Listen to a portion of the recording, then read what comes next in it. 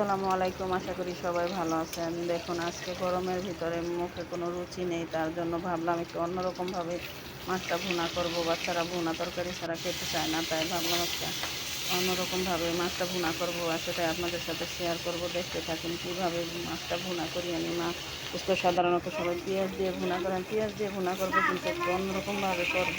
এরকমভাবে করলে স্বাদটা অনেকটা বেশি হয়, তার জন্যই করব। দেখুন এদিকে আমি রুই মাছটা ভেজে নিচ্ছি, আর আগে আমি কিছুটা 2-3 পিস পাঙ্কাশ মাছ ভেজেছি, কারণ আমার মেয়ের আমি যখনই রুই মাছটা ভুনা করি তখন আমি 2 পিস পাঙ্কাশ মাছ দিয়ে দিই, কারণ আমার মেয়ে খেতে পারে না, রুই মাছটা পছন্দ করে না আর কাটার জন্য খেতেও পারে না। তার জন্য আমি সাথে কিছুটা পাঙ্কাশ মাছ দিয়ে দিই। দেখুন রুই মাছটা আমার ভাজা হয়ে গেছে, আমি উঠিয়ে নিচ্ছি।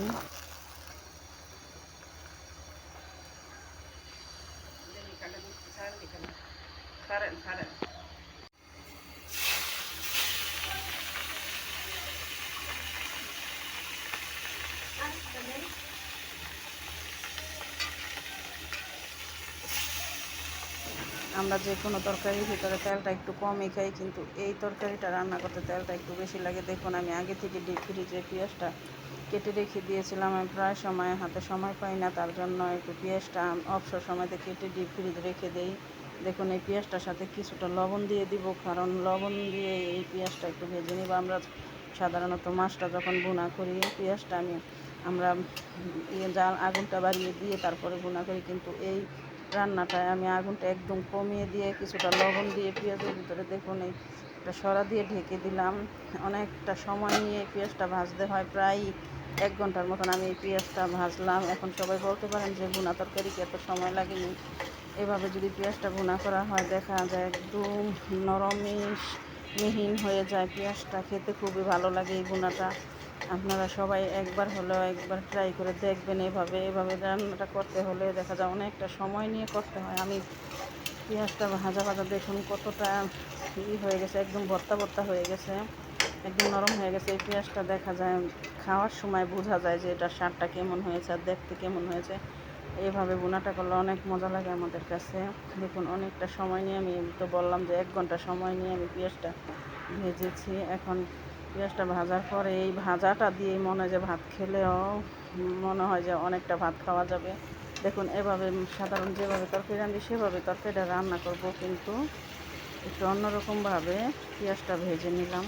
পেঁয়াজটা আমার মনে হয় যতই আমি করি এভাবে ভাজা করে লাল করে ব্রেস্তার মতন করে নিই, তারপরও পানি দিলে পেঁয়াজটা দেখা যায় শক্ত হয়ে যায়। আর সাধারণত মাছ ভুনা করি যে পেঁয়াজটা দিয়ে, ওই পেঁয়াজটাও পরে পানি দেওয়ার পরে পেঁয়াজটা যেমন ভালো লাগে না, কেমন জানি দেখা যায় কি পুরাই কেমন জানি একটা অন্যরকম লাগে। কিন্তু এভাবে করলে একদম দেখা যাচ্ছে যে পুরা যে এটা আমরা মশলাটা কষাই সেরকম দেখা যায়। আর এখানে যদি আমি পেঁয়াজটা একটু এরকমভাবে না বাজতাম তাহলে পেঁয়াজটা দেখা যায় অনেকটা বোঝা যাইতো যে একটা সবজি মনে হতো, কিন্তু এখন একটু বোঝা যাইতেছে না।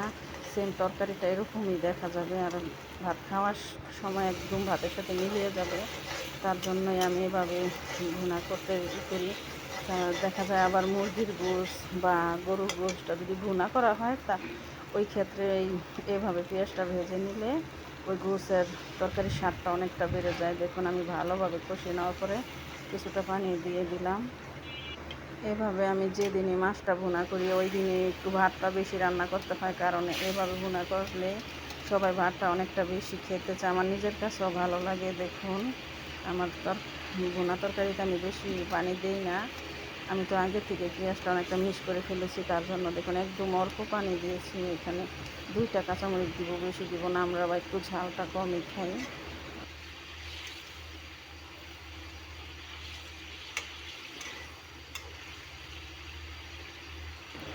দেখুন আমার হাতে এটা কি, এটা একটা মাছের পেটি। এটা হচ্ছে বড় এই রুই মাছটা অনেক বড় ছিল, 3.5 কেজির মতন ছিল। ওই মাছটার ভিতরে এই মাছের পেটিটা হয়েছে। এই পেটিটা আমি ভেজে নিয়েছি। দেখুন এটা একটু নিচের দিকে দিয়ে দিলাম, কারণ এটা একটু শক্ত টাইপের, এটা একটু নরম হতে হয়। আর এদিকে দেখুন আমার বিড়ালের খুব গরম লাগতেছে। আমি যতবার রান্না করে যাব, যতবার ঘরে আসবো, ওই আমার সাথে দৌড়ে আমার সাথে যাবে আসবে।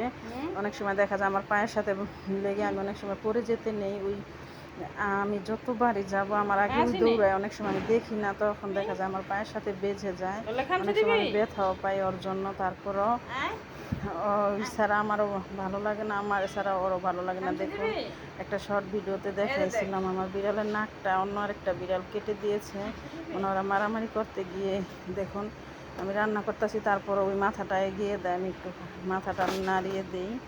সব সময় এই কাজটা করলে ওর কাছে খুব ভালো লাগে। দেখুন আমার তরকারিটা হয়ে গেছে, এদিকে আমি একটু জিরা গুঁড়া দিয়ে দিলাম। হাতের কাছে ধনিয়া পাতা নাই, তার জন্য জিরা গুঁড়া দিলাম। আর ধনিয়া পাতা থাকলেও আমি ধনিয়া পাতাটাও দিই, আর জিরা গুঁড়াটাও আমি দিই, অল্প করে দুটোটাই দিই, কারণ আজকে ধনিয়া পাতাটা নাই, শুধু জিরা গুঁড়াটাই দিলাম। দেখুন তরকারিটা কতটা দেখলে বোঝা যাচ্ছে যে তরকারিটা কেমন হয়েছে, অনেকটা মিলিয়ে গেছে। ধন্যবাদ সবাইকে আমাদের ভিডিওটি দেখার জন্য।